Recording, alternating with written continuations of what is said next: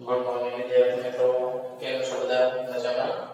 ધોરણ 5 ની અંદર પર્યાવરણ આસપાસ પાંચમાના પર્યાવરણ આસપાસનો મિત્રો આપણે 20 પાઠ કમ્પ્લીટ કરી લીધા છે. 21મો પાઠ છે આજે સ્ટાર્ટ કરશે, જેનું શીર્ષક છે જેવા પિતા તેવી દીકરી. તો મિત્રો અહીંયા ઘણા બધા એવા આનુવંશિક લક્ષણોની વાત, બરાબર? તો ચાલુ કરીએ. પેજ નંબર 192 પર ચાલો. હા છે, અહીંયા તમે જોઈ શકો છો આખું ચિત્ર. આયુષી બારીની નજીક બેઠી હતી અને વાંચતી હતી. બહાર પવન હતો અને ત્યાં હવામાં ખૂબ જ ધૂળ હતી. અચાનક આયુષીએ છીંક ખાધી. હા છીંક. આયુષીના માતા પિતા રસોડામાં શાકભાજી છૂટા પાડતા હતા. તેની માતાએ કહ્યું, તે તમારા જેવી છીંક ખાય છે. જો તમે અહીં ના હોત તો હું આ છીંક તમે ખાધી એવું જ સમજી હોત. આયુષી તેના પિતાની જેમ છીંકે છે. શું તમારા પણ કોઈ ટેવ કે કોઈ લક્ષણ એવા છે જે તમારા પરિવારના કોઈ સભ્ય જેવા હોય? તે શું છે અને કોના જેવા છે? તો અહીંયા તમારી ખાસ ટેવ કે લક્ષણ અને કોના જેવા છે હોય તો લખવાનું. નેક્સ્ટ, પાના નંબર 193. કહો, તમારો ચહેરો કે અન્ય બાબત તમારા પરિવારના કોઈ સભ્યને મળતા આવે છે? તે શું છે? હા, વધારે પડતા માતા પિતા છે એની સાથે આપણે બધા જ લક્ષણો દેખતા હોય. આ બાબત તમને કોઈએ કહી છે કે તમે પોતાની જાતે જ શોધી છે? ઘણા કહેતા હોય મિત્રો કે તું તારા પપ્પા જેવો થયો, તું તારા મમ્મી જેવી થઈ, એવા આપણને શબ્દ સાંભળવા મળે છે. લોકો જ્યારે તમને તમારા પરિવારના કોઈ સભ્ય સાથે સરખાવે ત્યારે તમને કેવું લાગે છે? તમને આવું કેમ લાગે છે?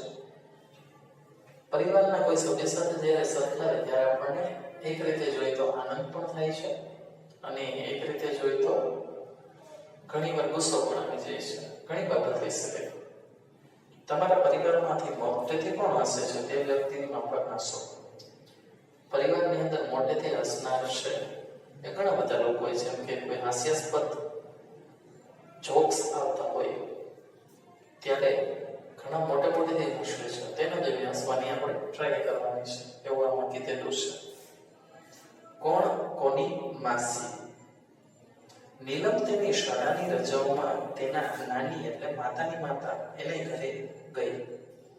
તેણે જોયું કોઈક આવ્યું અને તે તેની મમ્મીને કહેવા લાગી, મમ્મી, માસી તમને મળવા આવેલા છે.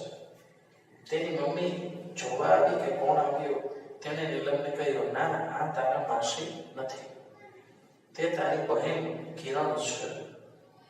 તો તારી નાનીના મોટા બેનને ઓળખે છે? કિરણ તેમના મોટી દીકરીના દીકરી છે. કિરણ તારી માસીએ બહેન છે. ખરેખર તો તું કિરણના સુંદર દીકરા સમીરની માસી છે. સમજાણું? શું કહે છે? જો અહીં જે છોકરી છે નીલમ અને કિરણ, નીલમ અને કિરણ બે છોકરી છે. નીલમ એની માતાને કહે છે કે માસી આવ્યા, પણ એવું નથી.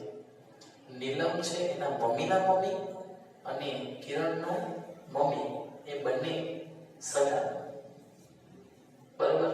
એટલા માટે નીલમ છે એ પણ એની બહેન થઈ, માસી. નીલમના નાનીમાંથી લઈ નાનકડા સમીર સુધી તેના પરિવારના બધા સભ્યોની યાદી બનાવો. તેઓનો નીલમ સાથેનો શો સંબંધ છે તે લખો. હવે શોધી કાઢો તમારા પરિવારમાં કોઈ એવા ઉદાહરણો છે જેમની ઉંમરનો મોટો તફાવત હોય, જેમ કે કાકા ભત્રીજા, મામા ભાણેજ કે ભાઈ બહેન.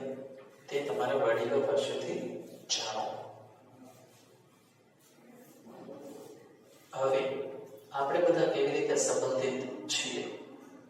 નીલમ સમીર સાથે રમવા લાગી. તેની માતાએ કિરણને બોલાવીને કહ્યું, જો મારી નીલમના વાળ તારા જેવા જ છે, જાડા વાંકડિયા ને કાળા. સારું છે કે તેના વાળ મારા જેવા નથી, સીધા મોલાએ મને બતાવી.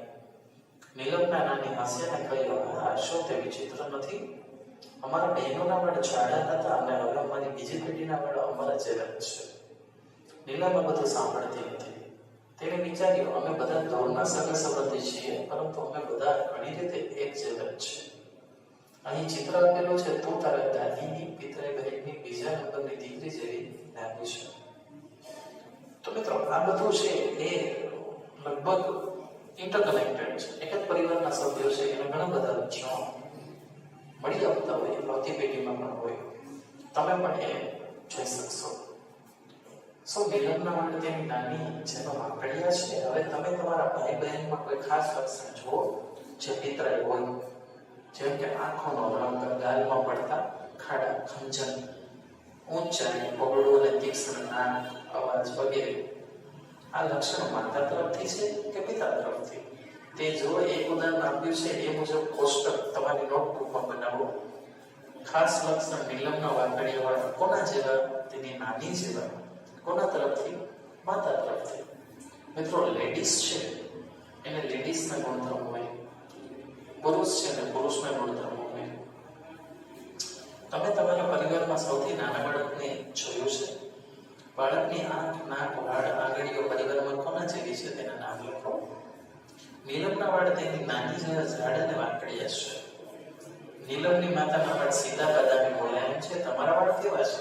કાળા કે બદામી, તૈલી કે સૂકા? તો મિત્રો, આજે આપણે પેજ નંબર 192, 93 અને 94 ત્રણ કરેલા છે. કેટલા? પેજ નંબર 192, 193, 194 જે તમારે તમારી બંને બુક્સમાં વન ટાઈમ બાકી જવાબમાં એક વાર એટલે કે 2 વાર લખવાના છે. હોમવર્ક વ્યવસ્થિત નોટ કરી લેજો મિત્રો. હોમવર્કમાં કોઈ દિવસ ફરિયાદ ના આપવી જોઈએ. ઠીક છે? ચાલો મળશું આવતા નેક્સ્ટ વિડીયોમાં. ત્યાં સુધી બધા મિત્રો